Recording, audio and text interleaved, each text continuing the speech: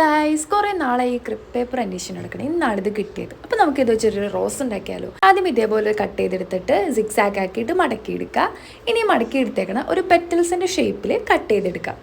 ഈ പേപ്പർ നമുക്ക് ഇഷ്ടമുള്ള പോലെ ബെൻഡ് ചെയ്യാൻ പറ്റും. ഒരു സ്റ്റിക്ക് വെച്ചിട്ട് പെറ്റൽസിൻ്റെ ഷേപ്പ് ആക്കി കൊടുക്കുക. ഇനി ഇതേപോലെ ഒരു പ്ലാസ്റ്റിക് കവർ എടുക്കുക, അതൊരു റൗണ്ട് ആക്കി സെലോ ടേപ്പ് ആക്കി ചൊട്ടിച്ചിട്ട് ആക്കി എടുക്കുക. ഇനി അതിൻ്റെ മുകളിൽ നമ്മൾ എന്ത് ചെയ്യേണ്ടതെന്ന് വെച്ച് കഴിഞ്ഞാൽ ഈ ഇതേപോലത്തെ പെറ്റൽ ഷേപ്പിൽ അതൊന്ന് ഒട്ടിച്ചു കൊടുക്കുക. നമ്മളുടെ എല്ലാ പെറ്റൽസും ഇങ്ങനെ റാൻഡമായിട്ട് ഒട്ടിച്ചൊട്ടിച്ച് വരുമ്പോൾ അത് നമുക്കൊരു പൂൺ ഷേപ്പ് ഇടും. ഒരു ഫ്ലവർ ഷേപ്പ് ആയി കഴിയുമ്പോൾ ആ പ്ലാസ്റ്റിക് നമ്മളൊന്ന് എടുത്ത് പുറത്തേക്ക് എടുക്കുക. ഇനി വീണ്ടും ഇതേപോലെ പെറ്റൽസ് മുറിച്ച് കഴിഞ്ഞിട്ട് അതിനകത്തേക്ക് ഡൗൺ ആയിട്ട് ഒട്ടിച്ചിട്ട് ഫുൾ അത് മുകളിലേക്ക് ഇങ്ങനെ ഒട്ടിച്ച് ഒരു ബഡ് പോലെ ആക്കി എടുക്കുക. ബഡ് പോലെ ആക്കി കഴിഞ്ഞ് കഴിയുമ്പോൾ നമ്മളിത് നേരത്തെ ഉണ്ടാക്കിയ ഫ്ലവറിൻ്റെ ഉള്ളിലേക്ക് തന്നെ വെച്ച് കൊടുക്കുകയാണ്.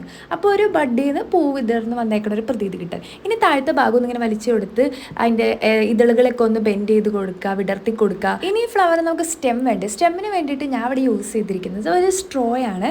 അതൊന്ന് അതിൻ്റെ ബാക്കിൽ ഒട്ടിച്ചു കൊടുക്കുക.